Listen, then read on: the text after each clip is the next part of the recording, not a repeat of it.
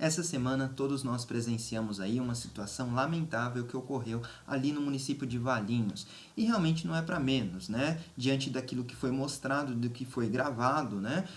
Acabou repercutindo aí, tomando espaço das redes sociais, da televisão, porque realmente nós temos uma situação complicadíssima, pessoal. Talvez se não tivesse sido filmado não teria tomado todo esse espaço, né? Mas hoje em dia, uma atitude como a que nós vimos ali, não ser filmada por alguém de bem que está passando no local, é muito difícil. Ali, ou a pessoa vai ajudar, ou a pessoa vai tentar melhorar aquele quadro, né, na medida do possível, se ela puder, se ela tiver as habilidades para isso, ou ali ela vai filmar para servir também de testemunha como uma eventual prova.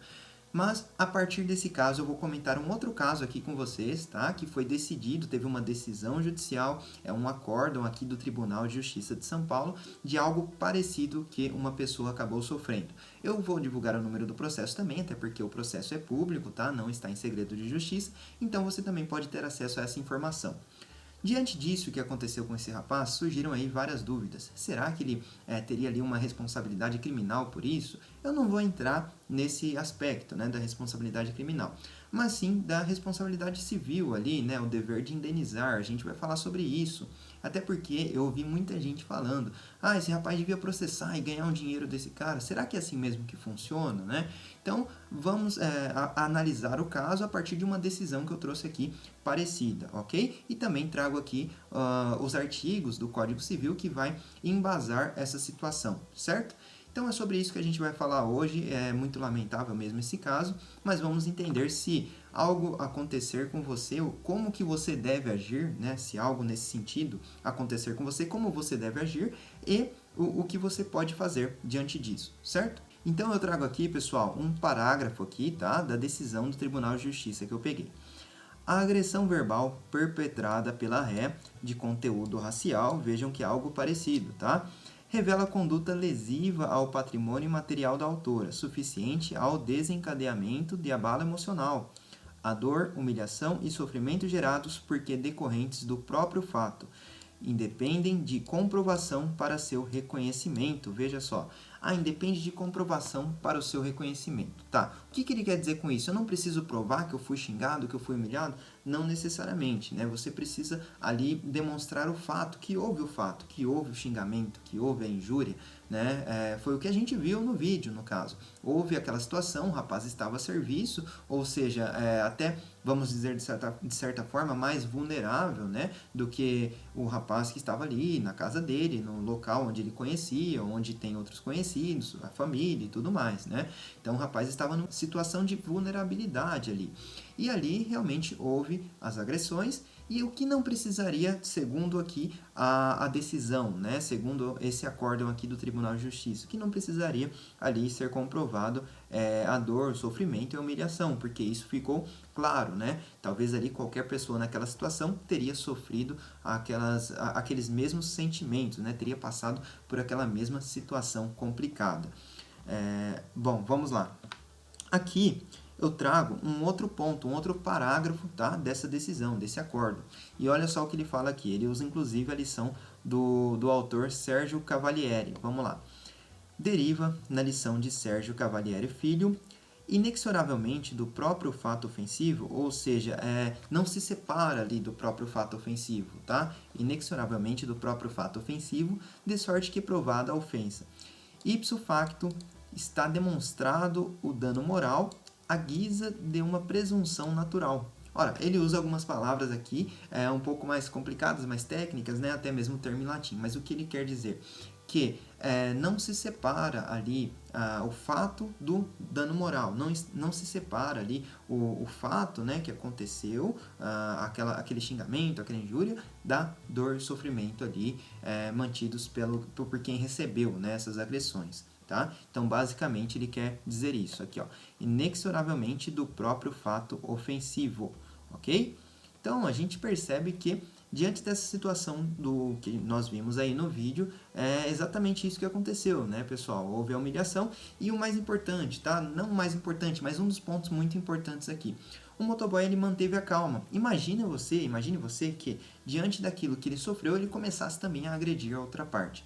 Ah, mas ele está na razão dele, ele está sendo xingado, ele vai ficar quieto? Não, como assim? Pessoal, realmente, analisando decisões nesse sentido, a gente percebe que faz diferença sim, se de repente, vamos supor, ele perdesse a calma, começasse a agredir verbalmente também, até ao mesmo nível ali, né? Aquilo numa ação de indenização, de reparação aí, né? Por conta do sofrimento, por conta do dano moral que ele sofreu, seria levado em conta também, pessoal, realmente, tá? A gente vê que a balança ficou desequilibrada, né? Temos aqui um agressor que está realmente humilhando aqui, né? Numa situação de balança aqui, tá? Que está humilhando, está usando aquelas palavras, tal, e a outra pessoa que manteve a calma ali e realmente, nitidamente ali, vemos que houve ali o sofrimento, né? A dor de ouvir tudo aquilo, certo? Imagina se a outra parte também começa a xingar. Então aqui a gente tem uma situação equilibrada, né? O que acaba atrapalhando um pouco, de acordo com decisões, a situação da indenização pelo dano moral, certo? Então é isso que nós vemos aqui. Vamos para o próximo. Aqui, pessoal, eu coloquei 2 artigos do Código Civil que vão ali fundamentar essa situação que a gente está vendo. Olha só, aquele que, por ação ou omissão voluntária, negligência ou imprudência, violar direito e causar dano a outrem, ainda que exclusivamente moral, comete ato ilícito. Ok, então o dano ele pode ser exclusivamente moral, como foi o caso, né, desse rapaz aí, foi realmente um dano moral, e aquele que praticou comete ato ilícito. E aí o que acontece com quem comete ato ilícito? Aqui, ó.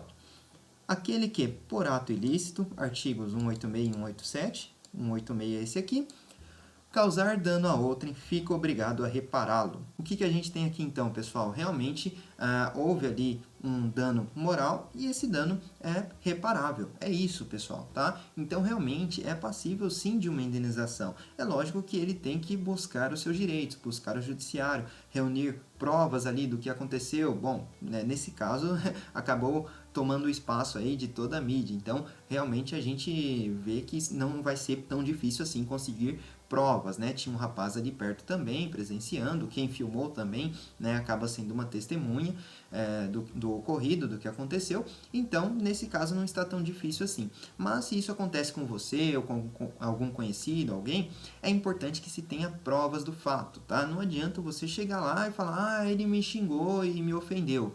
Tá, e aí? Né? E a prova? Tem uma testemunha, alguém que viu, uma câmera, alguma coisa assim? Né? Então, fica difícil sem provas, tem que ser provado ali pelo menos o fato. Como vocês viram, né? E eu expliquei ali no primeiro ponto que você pode não conseguir provar a dor que sofreu, isso realmente fica difícil, né? Mas provar o fato mesmo, e ali a partir do fato vai se chegar ao sofrimento, à dor e logo à reparação. Mas nunca, pessoal, nunca vai ser uma vantagem você passar por isso para ter uma indenização, tá? A indenização, como a gente vai ver nesse slide aqui agora, tem um caráter pedagógico e compensatório. O que é isso? Tá, pedagógico no sentido de ensinar, no sentido de mostrar aquele que praticou o ato que não compensa, né? Então, é o caráter ali pedagógico, de ensinar aquele que ofendeu, que praticou o ato ilícito, que não compensa, não é bom fazer isso, porque você vai sentir aí um prejuízo no seu bolso. Basicamente isso, tá? E compensatório por quê? Porque aquele que sofreu o dano moral, ele precisa de uma reparação, né? Vai ficar por isso mesmo? Será que um mero pedido de desculpas ali, será que isso já soluciona tudo? Nem sempre, né, pessoal? Então, pedagógico e compensatório. Algumas decisões utilizam exatamente esses termos aí, tá? Inclusive essa que eu coloquei o número do processo aqui embaixo para vocês, tá? Se não me engano, utilizou esses termos também. Pedagógico e compensatório, certo? Ensinar aquele que fez o errado e compensar aquele que sofreu, ok? Bom, então, pessoal, é isso que eu quero falar para vocês, tá? E realmente foi uma situação muito lamentável que pode sim gerar um dano moral, ok? É lógico que não é fácil, né? Não, como eu falei, não quer dizer que você vai bater lá no judiciário porque alguém xingou você e você vai ter um dinheiro. Não é assim que funciona. Tem toda uma instrução probatória e tudo mais, mas aí você tem que procurar um profissional de sua confiança para poder lhe ajudar a dar entrada nessa ação, né? Porque realmente é uma situação muito complicada ser humilhado e ficar por isso mesmo, né?